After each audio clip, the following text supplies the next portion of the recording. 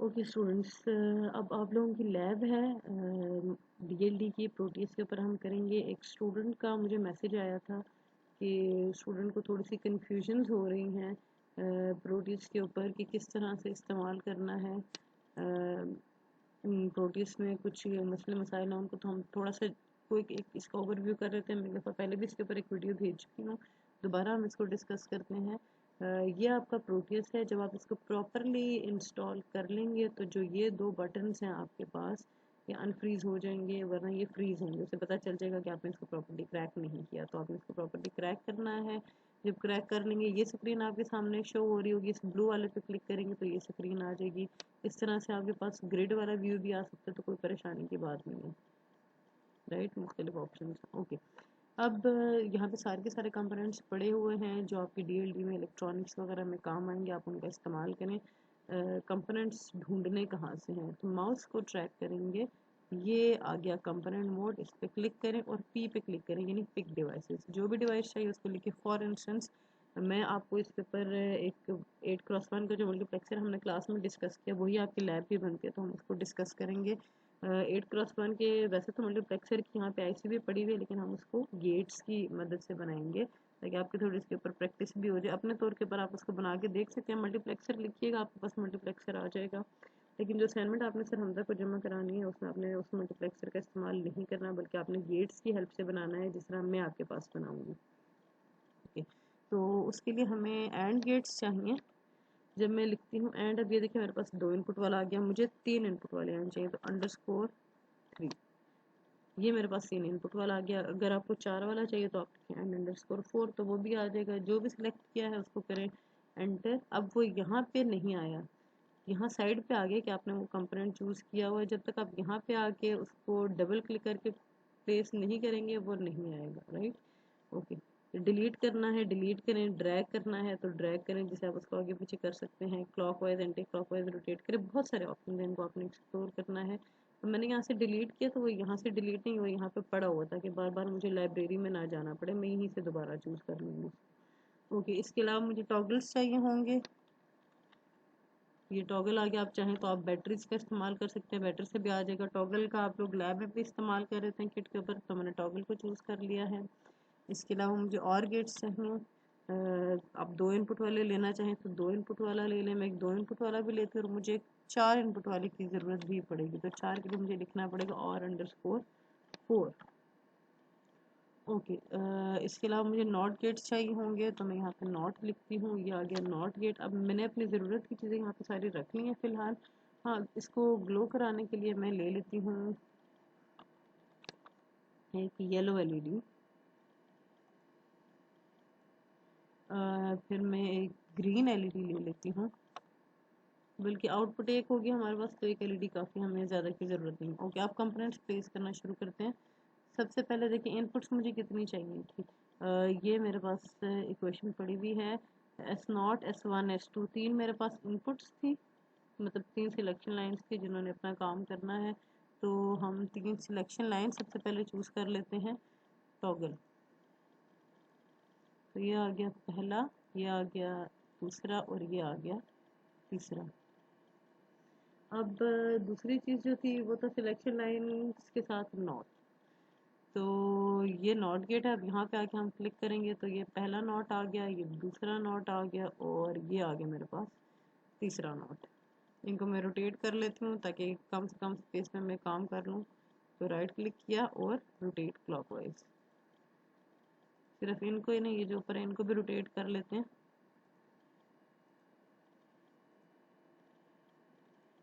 अब ये जब डायरेक्ट इधर साथ लगे हुए हैं तो फिर आप एक्स्ट्रा कनेक्शन नहीं बना सकेंगे, इसलिए इनको थोड़ा सा ड्रैग करके, ताकि मैं नॉट और नॉट के बगैर दोनों कनेक्शंस बना सकूं। तो ये मेरा आ गया पहला कनेक्शन S0 के लिए, ये आ गया S1 के लिए और ये आ गया S2 के लिए, और ये इनके नॉट वाले कनेक्शन आ गए। यानी अगर मुझे कहीं पे S0 का कॉम्प्लीमेंट या S1 का कॉम्प्लीमेंट या S2 का कॉम्प्लीमेंट चाहिए तो मैं इनका इस्तेमाल करूँगी।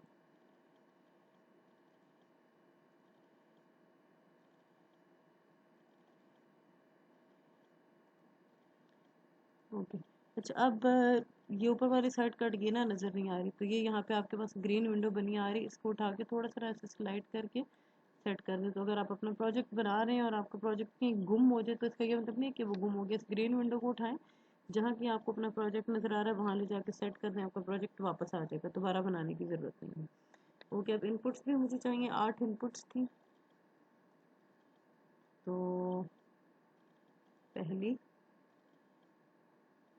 दूसरी, तीसरी, चौथी, पांचवी, छठी, सातवीं और ये आठवीं।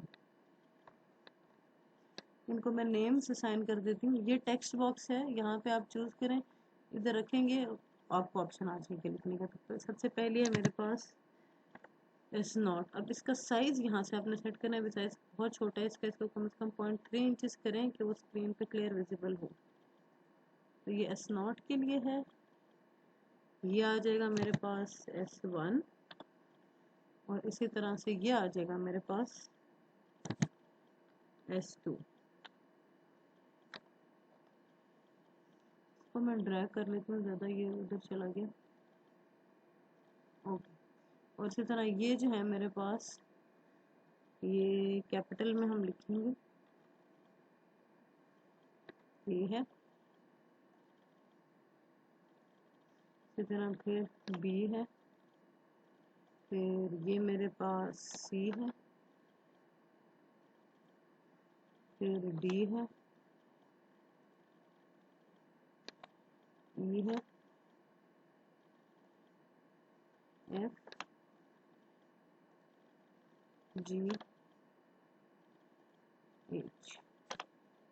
ओके, जो कुछ थोड़े से हिल गए हैं उनको हम ड्रैग कर लेते हैं ताकि वो आपको ज़रा क्लियर हो जाए।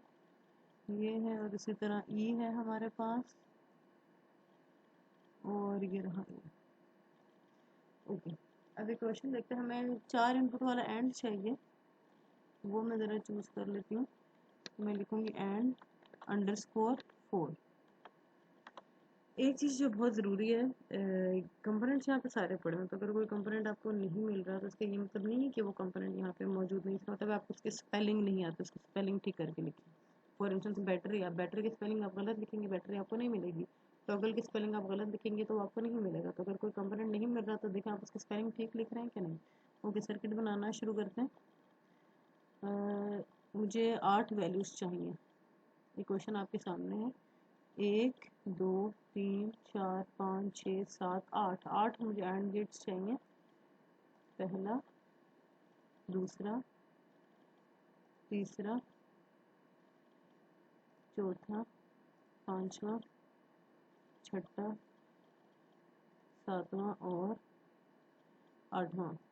फिर ये सब आपस में प्लस हो रहे थे, इनको हम प्लस करेंगे। तो सबसे पहली वैल्यू क्या थी हमारे पास, एस नॉट का कॉम्प्लीमेंट, S1 का कॉम्प्लीमेंट, S2 का कॉम्प्लीमेंट। अब मेरे जहन में ये सारी वैल्यूज़ हैं, मैं इनको कनेक्ट करना शुरू करूँगी, आप लोग साथ साथ टैली करेंगे, अपने पास एक क्वेश्चन को लिख लें ताकि हम थोड़ा टाइम सेव कर सकें। तो S0 का कॉम्प्लीमेंट, S1 का कॉम्प्लीमेंट, S2 का कॉम्प्लीमेंट, और अगली वैल्यू है मेरे पास A। ओके, फिर नेक्स्ट है 0 0 1, और इसके साथ है बी मैट्रिक्स टेबल के हिसाब से चल रही हूँ, वो इक्वेशन उसी से निकाली थी, सिंप्लीफाई तो हुई नहीं थी। फिर 0 1 0, और इसके साथ आ जाएगा C। फिर नेक्स्ट था 0 1 1, और इसके साथ था D। फिर नेक्स्ट था 1 0 0, और इसके साथ था हमारे पास E। फिर था 1 0 1, इसके साथ आ गया F। फिर था 1